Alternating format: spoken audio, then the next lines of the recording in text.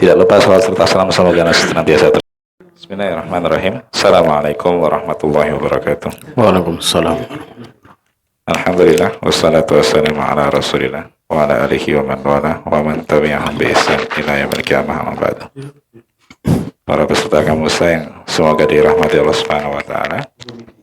Alhamdulillah di pagi ini kita diperjumpakan kembali oleh Allah Subhanahu wa taala dalam rangka untuk mengkaji sebagian dari ilmu agama Allah Subhanahu wa taala. Wabil khusus yang berkaitan dengan ilmu pendidikan anak yang disarikan dari kitab Al-Jami' fi Ahkam wa Adabi Sibyan yang seperti biasa akan disampaikan oleh beliau guru kita Abi Idris Inggar Subrantara hafizahullah taala. Tidak lupa salat serta salam semoga senantiasa tercurah pada junjungan kita Nabi Muhammad sallallahu alaihi wasallam serta keluarga, para sahabat dan pengikutnya hingga akhir zaman nanti. Dan alhamdulillah telah hadir bersama kita Ustaz Inggar Subrantara di Rumah Tahfidz Syarah Sunnah Nabawiyah Jawahanam Sidohur Gereja Sleman Daerah Istimewa Yogyakarta. Untuk itu kepada beliau kami persilahkan, tafadhal ya Ustaz. Bismillahirrahmanirrahim. Assalamualaikum warahmatullahi wabarakatuh.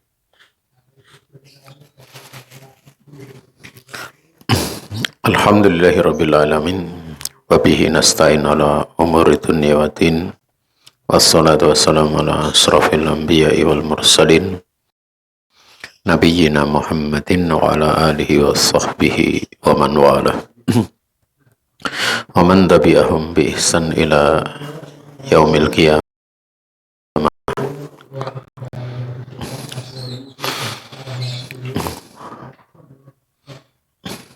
Beserta kamu sayang dirahmati Allah Ta'ala, kita mengawali kajian kita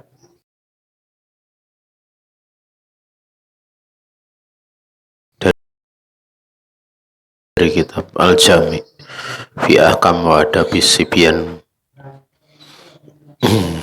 dengan memuji Allah Subhanahu wa taala, karena Allah Ta'ala dengan seluruh kesempurnaan nama dan sifatnya telah banyak memberikan kenikmatan kepada kita. Terlebih khusus adalah nikmat yang bersambung, yang kekal sampai kemudian bertemu Allah Ta'ala, yaitu nikmat keimanan dan keislaman. Nikmat yang menjadikan siapa saja yang punya iman itu akan bersaudara, akan saling membantu satu sama lain. Walaupun orang yang beriman itu yang lainnya sudah banyak yang meninggal, seperti para anbiya sebelum Nabi Muhammad alaihi salatu wassalam, kecuali Nabi Isa, karena beliau belum meninggal. Itu dimaklumi bahwa para anbiya itu, para malaikat, termasuk Rasul Muhammad alaihi salatu wassalam, kelak mereka akan mensyafaati ya, mensyafaati manusia. Artinya orang yang beriman itu memang satu sama lain akan saling memberikan pertolongan, membantu. Kita yang hidup mendoakan yang meninggal. Ya, juga di dalam sholat kita sering mengucapkan Assalamualaikum wa ala ibadillahis sholihin. Ya. Itu jelas mendoakan bagi hamba-hamba Allah Subhanahu wa taala yang soleh. Ini berbeda dengan orang-orang kafir. Orang kafir itu antara yang menyembah dengan yang menyembah saja, itu akan terjadi permusuhan kelak pada hari kiamat. Ya. Bahkan mereka ini akan yakfuruna bisyirkikum. Mereka akan kafir dengan penyerikatan-penyerikatan kalian. Artinya orang-orang yang menyembah selain Allah itu para penyembahnya besok akan mengingkarinya. Sehingga halnya memang antara orang-orang musyrik itu mereka akan saling bermusuhan. Tidak bisa saling menolong satu dengan yang lainnya. Kita punya kesempatan untuk duduk di majelis ilmu itu nata'awanu, kita saling memberikan tolong menolong dalam kebaikan. Pada pertemuan yang lalu kita sudah membahas perkataan dari Ibnu Khaldun di dalam kitab Al-Muqaddimah tentang metodologi di dalam belajar yang mesti bertahap, sedikit demi sedikit, sayan basayan, kolilan ya. Dimana yang bisa mendekatkan pada penjelasannya itu dalam bentuk global.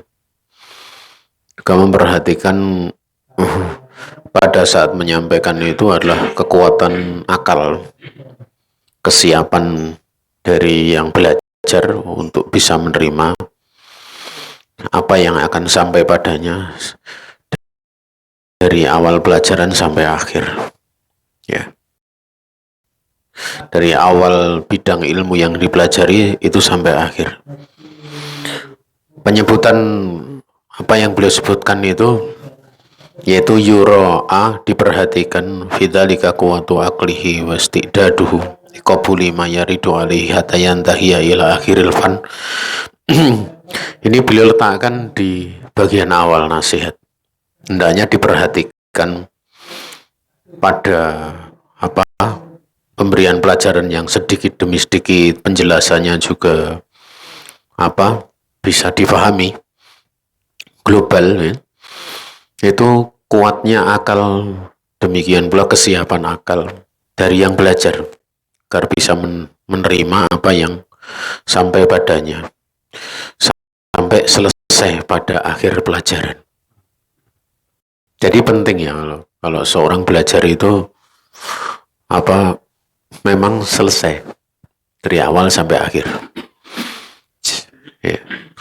Orang itu mau sekolah SD, sekolah SMP, sekolah SMA, kuliah itu drop out, itu mesti nggak bagus. DO itu nggak bagus, walaupun ada yang DO pinter ada gitu. Tapi jumlahnya paling dari DO 100 yang pinter 1, 2. Tapi kalau yang lulus itu misalnya 100, ya kadang ada yang kurang bagus, tapi jumlahnya sedikit. Sehingga jangan dibalik, yang DO lebih bagus yang lulus gitu. Nggak bisa seperti itu. Cara berpikir orang awam seperti itu banyak. Kalau ada orang tatoan, kemudian sholat, dipuji-puji setinggi langit. Tatkala muji setinggi langit sambil menghina yang tidak tatoan. Ya, kalau yang tatoan, ini jangan orang seperti itu jangan dilihat dari dohirnya. Nanti mesti larinya itu yang gamisan belum tentu baik, kayak gitu. Itu cara berpikir terbalik itu. Dia tidak paham penunjukan syariat. Ya. Karena seperti itu nanti jadi melegalkan hal-hal yang salah. Ya, kita tahu bahwa tidak semua orang yang bermaksiat itu kemudian tidak punya kebaikan. Ya kadang ada kebaikan. Sebagaimana seorang wanita yang fasikoh, dia mencarikan air bagi anjing itu dipenuhi keutamaan itu. Tapi dari wanita-wanita fasikoh lainnya itu tidak seperti itu. Ini hanya 1-2 saja seperti itu. Kalau ada orang sholat kemudian dilemparkan neraka misalnya, itu bukan berarti seluruh orang sholat. Tapi 1-2 saja. Kebanyakan orang sholat adalah orang baik. Ya, yang hukumi jangan dibalik-balik. Kalau dibalik-balik dia nggak paham tentang penunjukan syariat. Artinya di sini ya kalau belajar itu sampai selesai sesuai dengan programnya. Ya, sesuai dengan programnya. Beda kalau nanti sudah selesai kemudian dia mau ngambil mata kuliah atau pelajaran-pelajaran lanjutan itu kan bebas. Kalau di kuliah itu misalnya kalau udah 140 SKS di zaman saya, itu boleh ngambil mata kuliah pilihan. Mata kuliah pilihan, kesiapan untuk nanti menghadapi kalau keluar lulus kerja. Itu seperti itu, dimaklumi. Itu di dalam pelajaran agama juga ada seperti itu. Ya.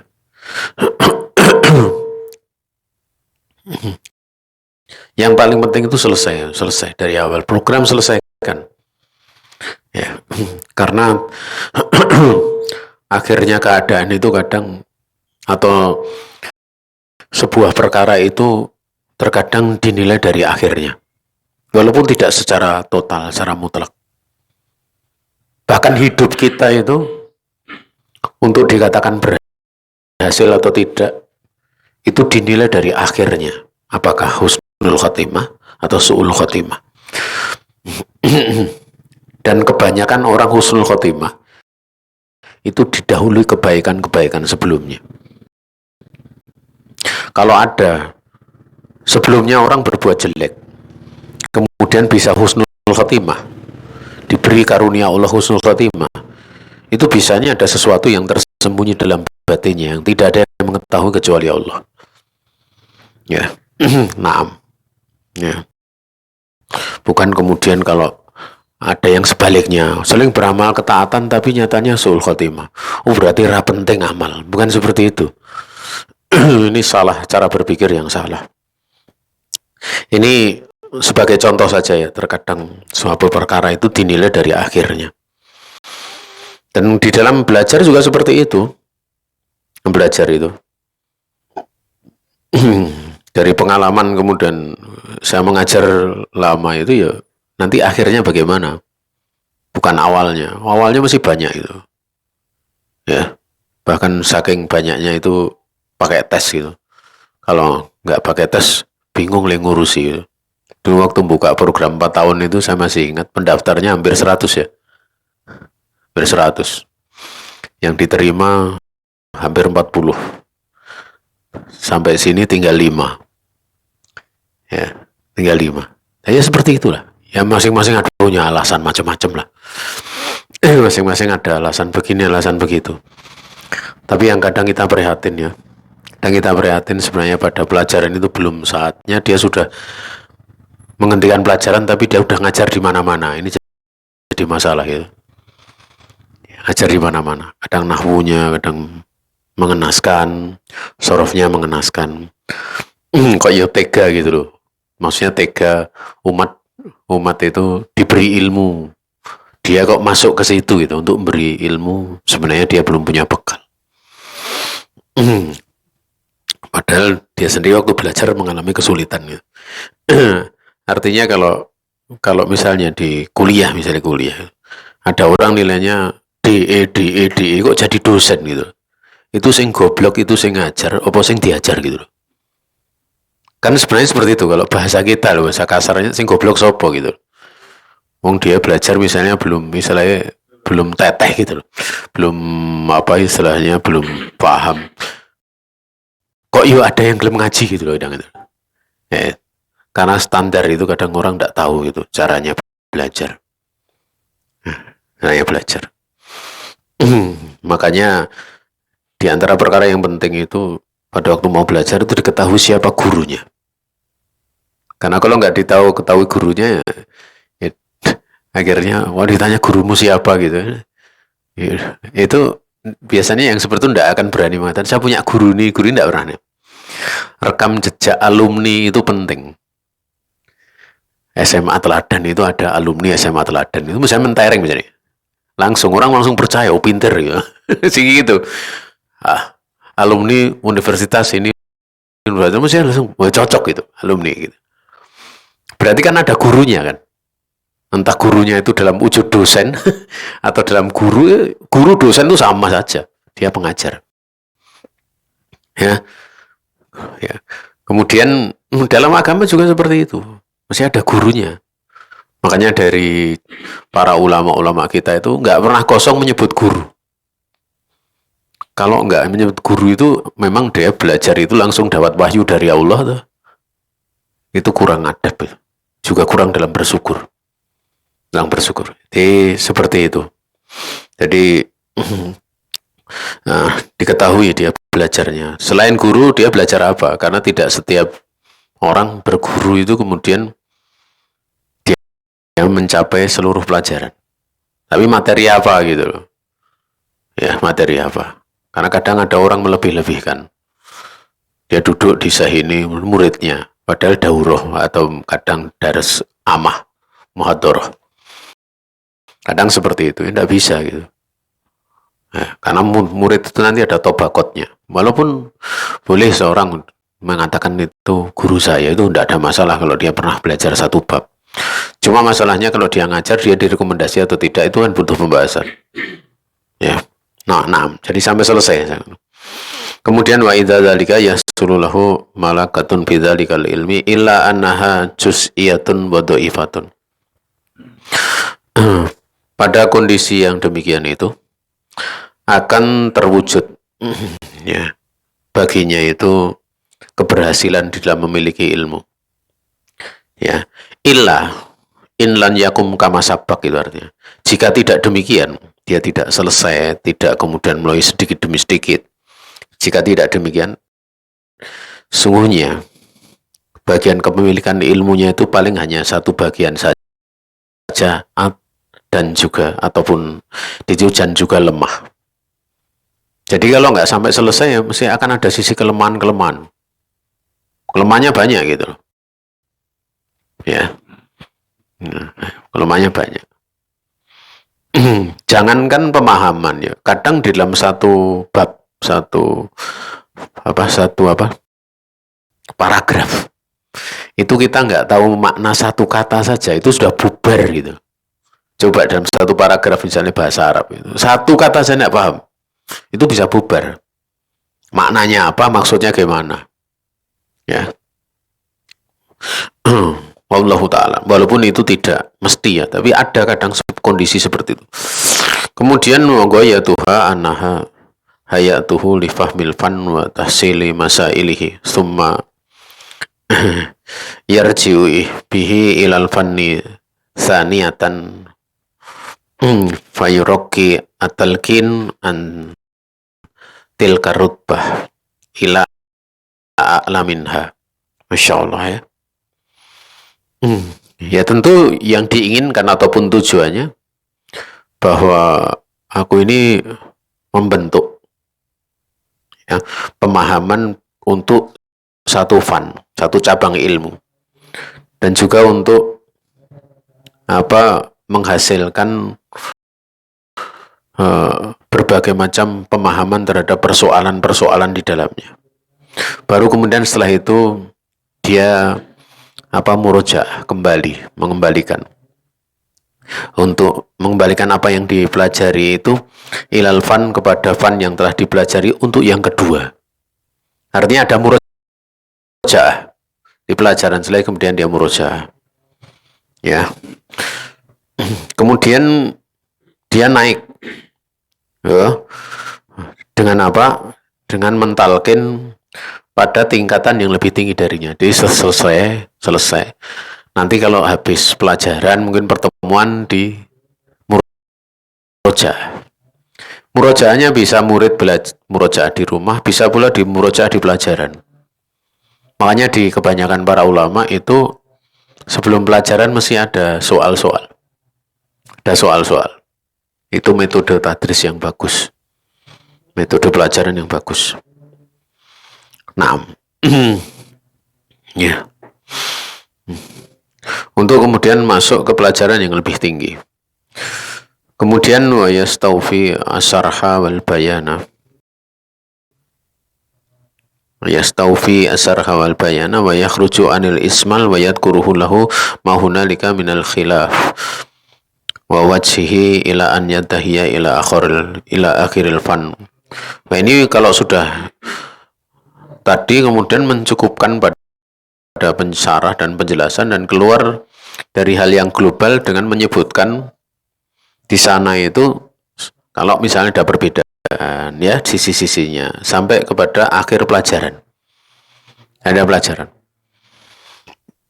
Ini biasanya penjelasan-penjelasan seperti itu pada kalau di dalam materi itu diletakkan di akhir, bukan di awal. Awal itu global, nanti akhirnya itu ada iskalat-iskalat. Ya. Yang seperti itu yang bagus itu. Apalagi kalau pelajaran itu memang sifatnya meningkat. Ya. Ada pelajaran yang sebenarnya tidak butuh tingkatan. Artinya selesai pada tingkatan ini sudah cukup. Tapi ada pelajaran yang butuh tingkatan-tingkatan. Kalau enggak akan selesai. Seperti misalnya bahasa Arab. Bahasa Arab itu butuh tingkatan. Nanti jurumiyah. Maka dikatakan di situ jurumiyah itu kan mukodimah. Dia mukodimah loh. Dia belum hakikat bahasa Arab yang sesungguhnya. Dari hakikat semuanya itu belum. Itu mukodimah saja.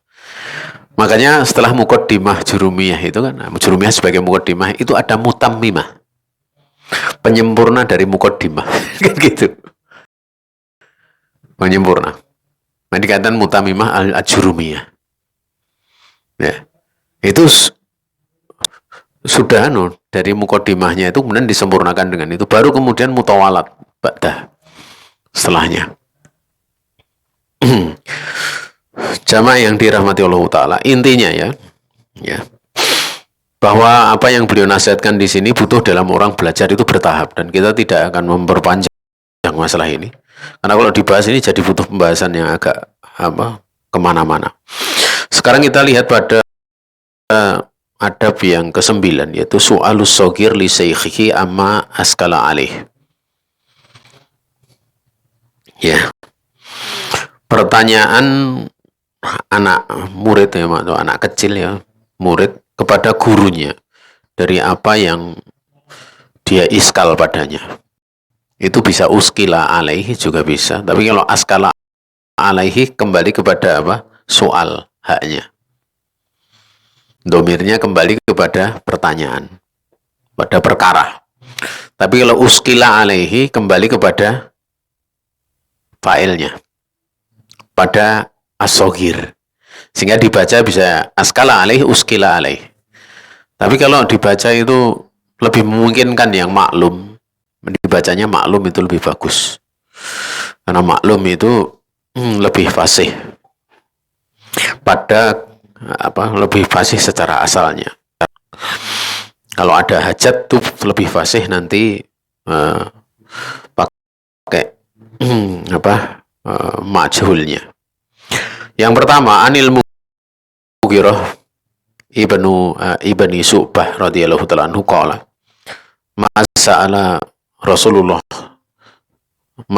Rasulullah alaihi salatu wasallam ahadun anid dajjal aksara mimma sa'altuhu anhu. Faqala li ay bunayya wa ma yunsibuka minhu innahu lan yadurruka. Qala qultu innahum yaz'umuna anna ma'ahu anharal ma' wa jabalal khubzi. Qala huwa ahwanu 'ala Allah ta'ala min dzalik. Rawahu Muslim. Dari Mughirah bin Syu'bah radhiyallahu ta'ala anhu, dia berkata, ya, tidak ada seorang pun yang bertanya kepada Rasul alaihi salatu wasallam tentang Dajjal itu lebih banyak dari apa yang aku tanyakan dari Nabi alaihi salatu wasallam tentangnya. Maka di situ Rasulullah sallallahu alaihi wasallam bersabda, "Ai bunaya, wahai anakku." Bunaya itu anak kecilku. Ungkapan kasih sayang ya. Ungkapan kasih sayang, bahasa Jawa, "He tole," gitu. Mirip tole. Tole itu anak kecil ya. Ya.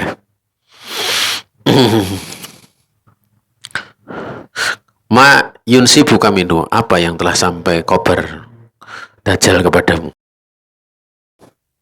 Innahulan yadurroka, sungguhnya Dajjal itu tidak akan membahayakan kamu.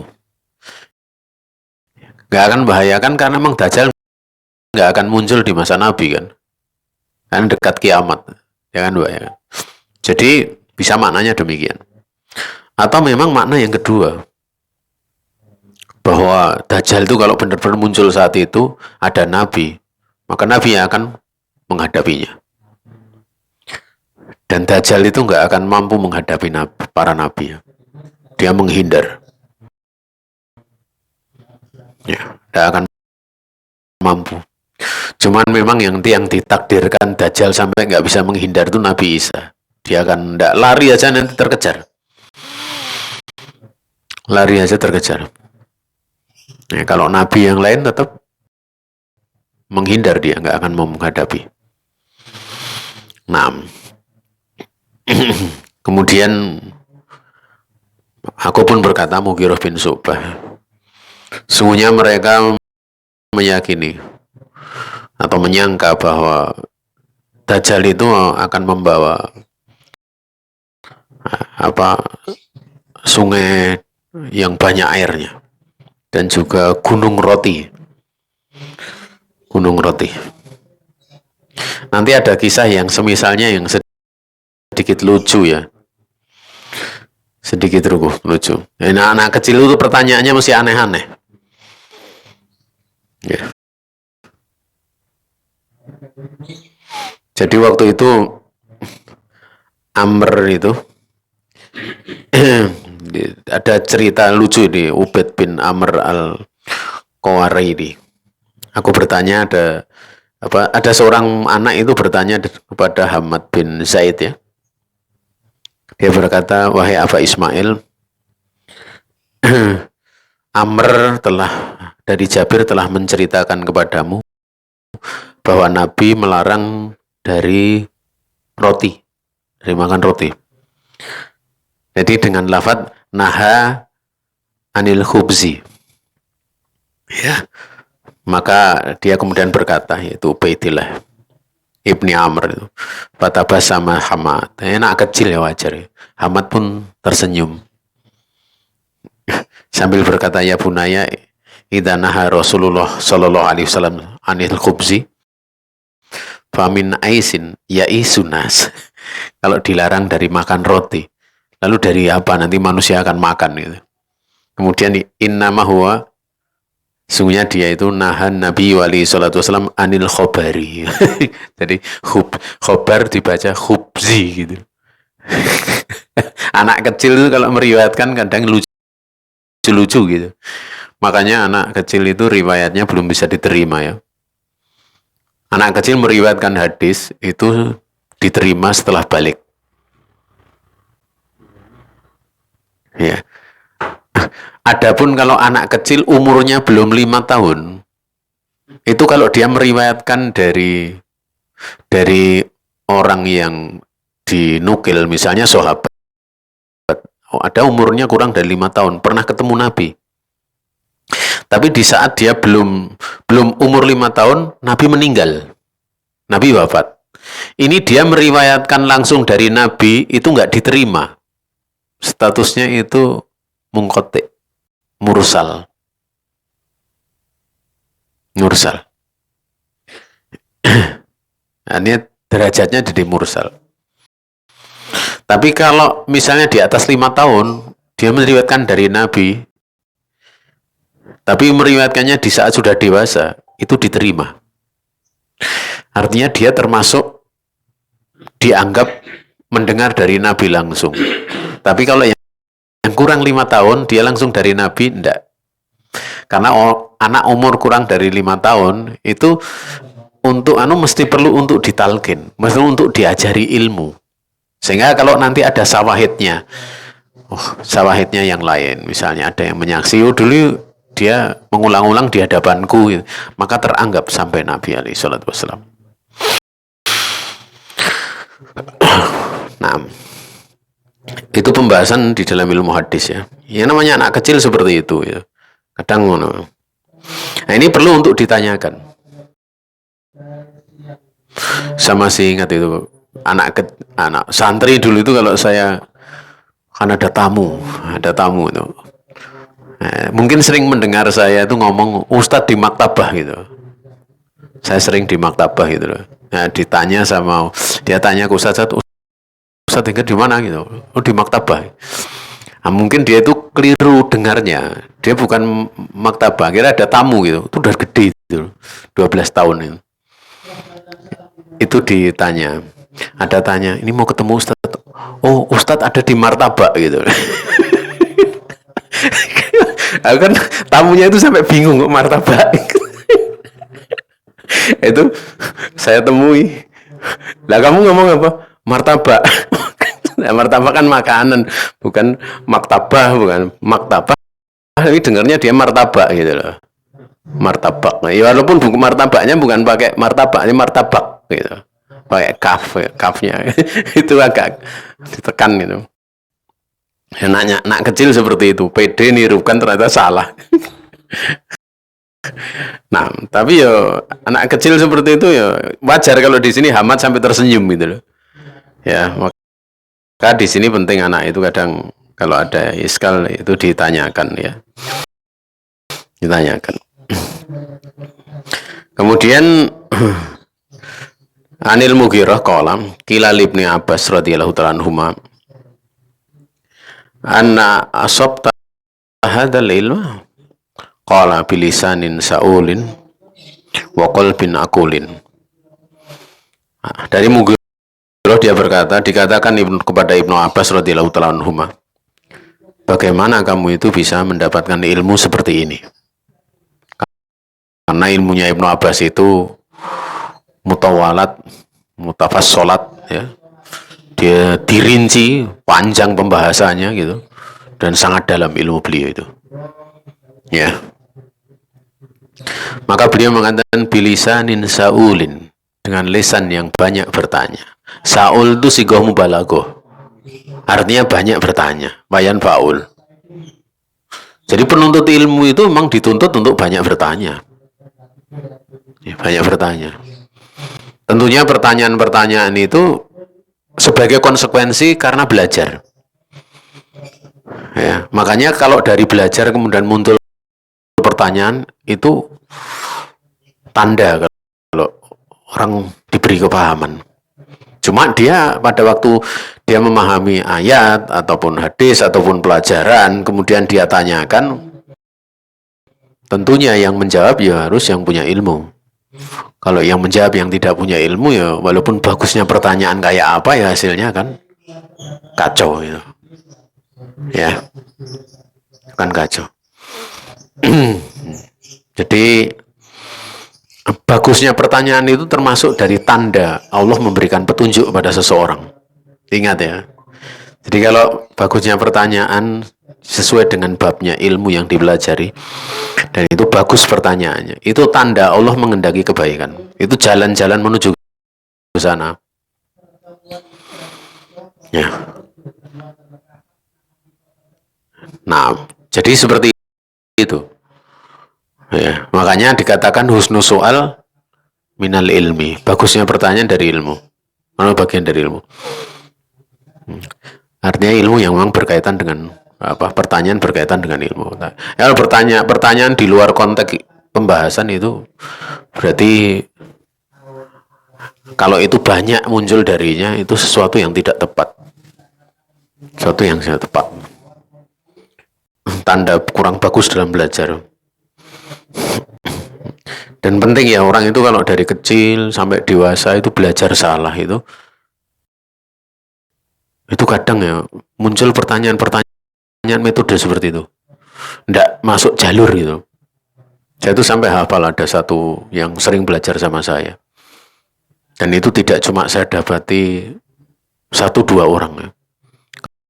Karena dulu kecil belajarnya di tempat-tempat bid'ah gitu. Ya. Itu kalau pelajaran seperti ini mesti tidur.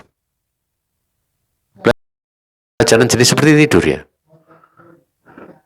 Dan nanti kalau bangun mesti pertanyaannya aneh. Nggak ada kaitannya sama sekali dengan pelajaran. Ya. Nah, itu butuh perjuangan gitu. Itu perjuangan untuk nanti. Ya, dan itu saya cerita ini hampir semua sama. Karena yang saya dapat itu 3 orang lebih gitu loh. Kalau pelajaran tidur, nanti kalau habis pelajaran pertanyaannya mesti aneh-aneh gitu.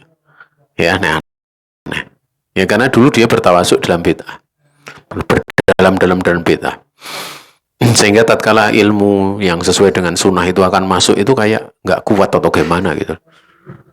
Atau masih banyak, no. Begitu keluar nanti muncul pertanyaan-pertanyaan yang kadang membuat kita terperanjat. Ya. Karena memang yang ada di dalam dirinya ya seperti itu. Itu butuh perjuangan. Bahkan tidak cuma itu. Bahkan yang pernah saya dapat itu sampai trauma ya. Trauma. Karena dia dulu orang NII ya. Orang NII. Ketemu dengan saya itu posisi kadang sok ndeleming sana, ndeleming sini, ngomong sana sendiri. Kalau diajak ngobrol nggak nyambung. Akhirnya saya ajak ngaji. Saya ngajak ngaji sama itu. Saya ajak ngaji untuk pelajaran-pelajaran semacam Tuhfatu Dakirin, ya. Kemudian Al-Adkar. Itu mulai ada ketenangan dalam dirinya. Tapi ya kadang deleming sana, deleming sini juga. Apalagi kalau pas membahas ayat-ayat yang dulu dia hafal di kelompoknya yang mengkafirkan itu. Itu dia sampai menghadap saya tuh sampai mau nangis tuh. Ustaz, kenapa ya, Tat? Saya setiap kali jenengan bahas ayat itu, saya kepala saya itu pusing sekali. Sampai saya berat sekali merasa. Pusing. Ya dia trauma kan? Trauma. Karena saya jadi ingat hubungannya ini nanti ada dorongan dalam hati itu, oh ini kafir, oh ini gitu. Seperti itu. Sampai kejiwaan. Ini kisah nyata betul. Ya, belajar sama saya sekitar 3-4 tahun, kemudian saya biayai untuk berangkat ke Makassar belajar sama Ustaz Abdul. Di sana 3 tahun ya. Belajar, kemudian pulang, kemudian sudah mulai normal itu, tapi masih belum maksimal. Kemudian masih belajar sama saya setahun atau 2 tahun. Setelah itu bisa normal, bisa nikah, bisa punya anak. Gitu. Artinya kan di situ kan ya, kalau ada sesuatu yang salah masuk dalam hati itu, mengeluarkannya nggak mudah. Karena ilmu itu kalau sudah masuk dalam hati ya seperti menjadi darah daging. Menjadi darah daging.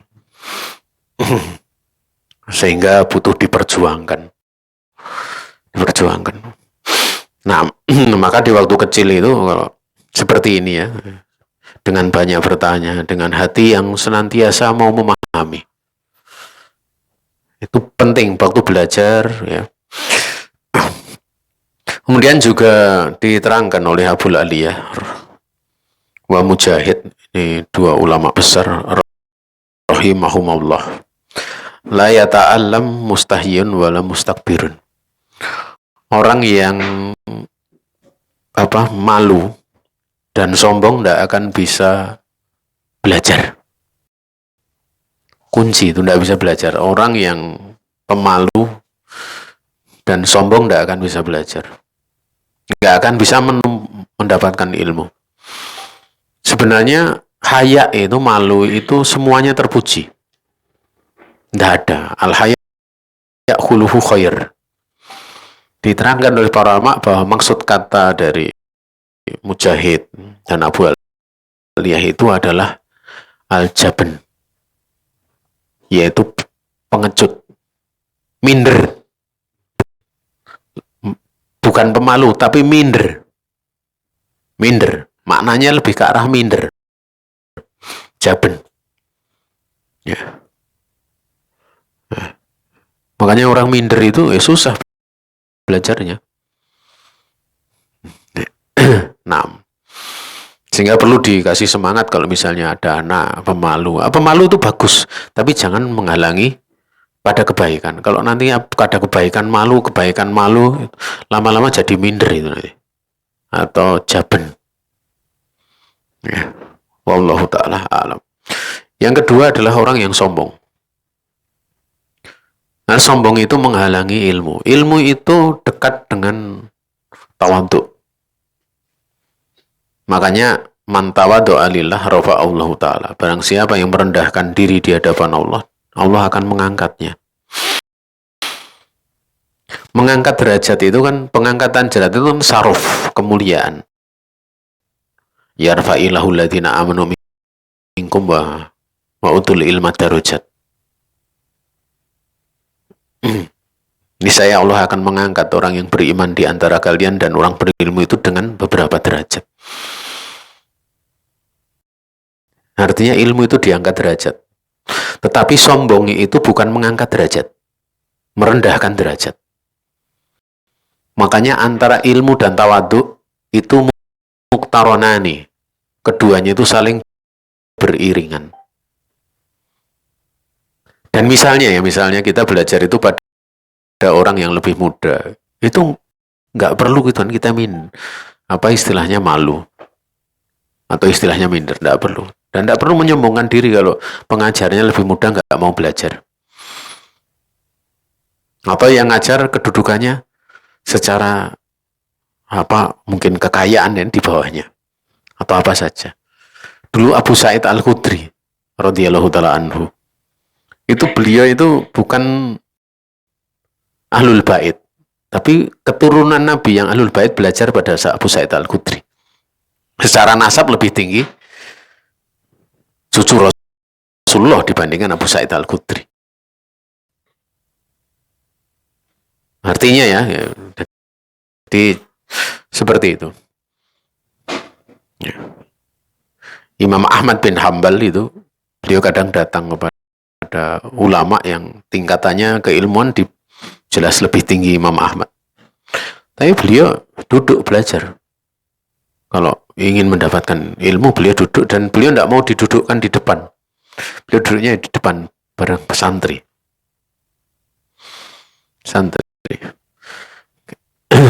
Itu penting ya. Itu penting. Kalau pas belajar itu semua kedudukan ditanggalkan. Karena ilmu itu minallahi subhanahu wa ta'ala. Ilmu itu tidak bisa dibeli kecuali dengan tawadhu. Dibelinya dengan tawadhu ya. Karena memang ilmu itu sifat Allah. Tatkala kita dikaruniai oleh Allah Ta'ala ilmu, yang itu ilmu dari Allah itu tentu orang akan diangkat derajatnya. Akan diangkat derajatnya. Di mana saja. Ya. Wallahu ta'ala a'lam. Namun kadang ada orang itu yang berlebih-lebihan ya. Kadang kalau sudah lihat ilmu agama saking menghormati itu, saya baca di status Facebook. Ya, ada status seperti ini. Karena dia pemborong ya. Saya itu biasa bermuamalah dengan dokter, dengan ini. Saya anggap biasa saja dokter itu. Karena yang saya hormati itu adalah ilmu agama. Paling tinggi itu ilmu agama. Waktu itu saya sempat senyum. Oh, ini orang gak paham fikih. Kurang paham. Karena ilmu dunia itu boleh untuk dihormati. Bukan sikapnya seperti itu. Ya, banyak penunjukan nas-nas kalau mau disebutkan. Ya, benar ilmu agama kedudukannya lebih tinggi daripada ilmu dunia. Selain ilmu agama. Tetapi bukan berarti mereka boleh untuk direndahkan. Karena dunia itu boleh direndahkan itu tatkala berkaitan dengan Allah Subhanahu wa taala. Bukan kaitannya dengan kita. Karena kita itu butuh dunia. Makanya dunia itu dilaknat itu karena di sisi Allah, bukan berarti kita melaknat. Bukan dilaknat dari sisi kita, tapi dilaknat oleh Allah. Itu di hadapan Allah. Adapun di sisi kita, dunia itu bermanfaat. Makanya urusan agama itu memperhatikan masalah agama dan masalah dunia. Ya, jadi tatkala kita itu sebagai seorang hamba, ya kita mensikapi dunia sebagai seorang hamba. Jangan menghadapi dunia seperti layaknya Allah Subhanahu wa taala. Itu kesalahan di dalam. Akhirnya nanti jadi nggak bisa menempati mendudukkan orang pada tempatnya, nggak bisa. Akhirnya jadinya seperti itu. Ya, seperti itu. Ya. Wallahu ta'ala. Makanya kalau kita lihat ya, para ulama kita saja itu sangat menghormati. Dari misalnya kayak ada petinggi militer dihormati, petinggi menteri dihormati, raja dihormati, biasa itu dihormati. Bahkan para masyayikh kita itu kalau ingin berfatwa ya, berfatwa tentang satu persoalan, itu tanya para ahli-ahli, misalnya ahli kimia, ahli biologi, ahli ilmu kedokteran, ahli farmasi. Karena yang lebih tahu tentang hakikatnya tentang ilmu itu mereka, nanti baru ulama ini akan membahas dari sisi ilmu syar'i sebatas itu. Tidak bisa kemudian ulama jadi ahli ilmu kimia, tidak bisa. Untuk bisa mengetahui, tanyanya kepada mereka, surahnya seperti apa, baru diberikan jawaban. Ya, jadi tidak kemudian seperti kalau yang postingan itu kan gulu itu, berlebihan itu, sampai dia merendahkan oh, seolah-olah. Ya. Lah kadang kalau waktu itu kalau kita mau meninjau lebih agak kasar ya, lah yang memposting itu dia gelarnya apa? Baik dari si dunia maupun agama. Oh ternyata tidak ada, tambah parah kan? Misalnya seperti itu. Di sisi agama juga nggak kurang punya ilmu agama, di sisi dunia juga enggak gitu. Lah apa yang dibanggakan kemudian berani menghina orang gitu, merendahkan orang. Ini kesalahan dalam memahami sesuatu kadang seperti itu. Wallahu taala a'lam. Ya. Jamaah yang dirahmati Allah Subhanahu wa taala. Itu tanda istighbar ya. Tidak akan dapat ilmu. Kemudian ada lagi, ini sudah jam berapa? Ya. Satu lagi saja. Qala Ya'qub ibnu Ibrahim ibni Sa'ad an abihi qala inna ma sabaqana ibnu Sihabin bisai'in minal ilmi illa anna kunna na'ti atau anna kunna na'ti al majlisa na'ti fayastantilu wa yasuddu thawbahu inda sadrihi wa yas'alu amma yurid wa kunna tamna'una al-hadasatu. Itu begitu kuatnya ya Ibnu Syihab itu kalau pas di dalam majelis ya, sampai-sampai yang lain itu nggak punya kesempatan bertanya karena dia bertanya pada guru itu sangat banyak. Ibnu Syihab ya. Berkata Ya'qub bin Ibrahim bin Sa'ad dari bapaknya, dia berkata, sungguhnya ya, tidaklah Ibnu Syihab itu mendahului kami dalam satu bagian daripada ilmu, kecuali kami itu biasa datang di satu majelis, namun beliau yang kemudian beliau ini berusaha untuk mendapatkan pertanyaan dari guru. Dia berusaha. Dan dia kalau dalam majelis itu biasa mengikatkan pakaiannya itu nanti di dadanya. Tidak tahu bentuknya seperti apa, mungkin ditaleni atau gimana, saya nggak tahu. Sebagai satu bentuk sikap, pokoknya pengen mungkin berdesak-desaan atau gimana, saya kurang tahu. Kemudian dia bertanya apa saja yang dia inginkan. Sementara waktu itu pembicaraan beliau dengan ulama yang ditanya itu menghalangi kami untuk bertanya. Ya. Artinya mereka berebut gitu untuk bertanya pada seorang guru. Yeah.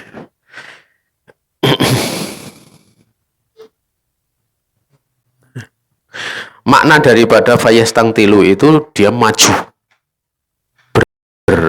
Maju ke depan langsung berdesak-desak untuk bertanya.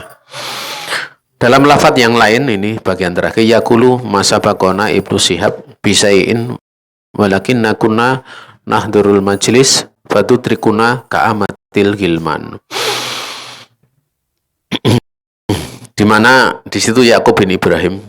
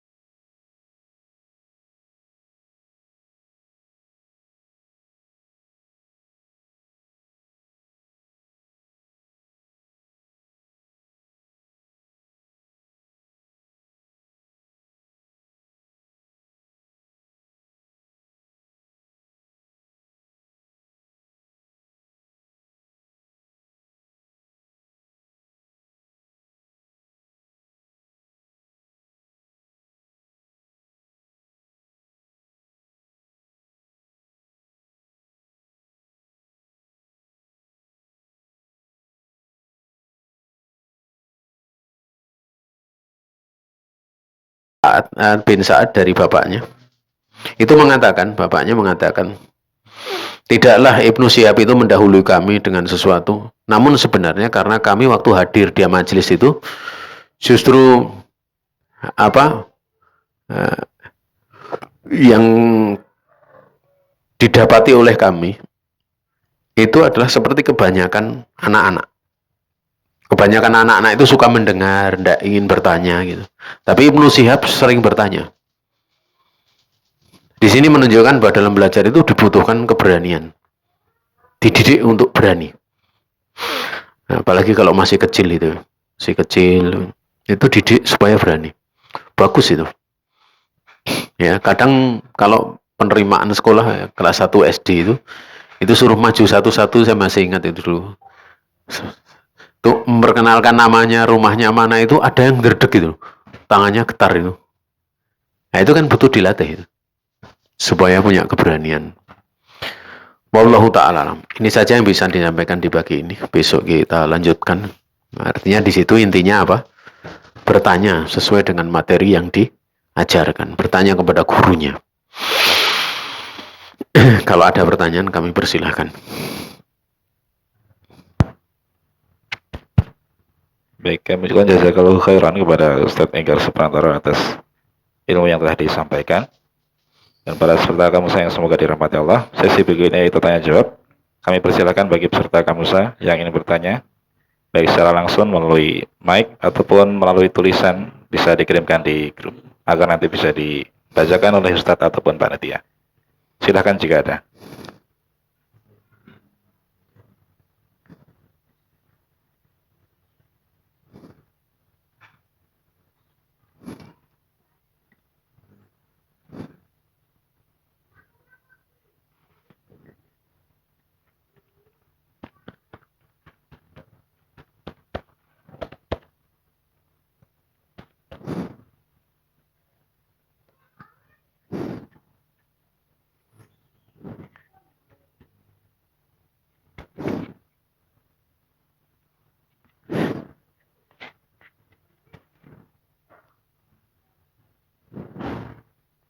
Tidak ada ya?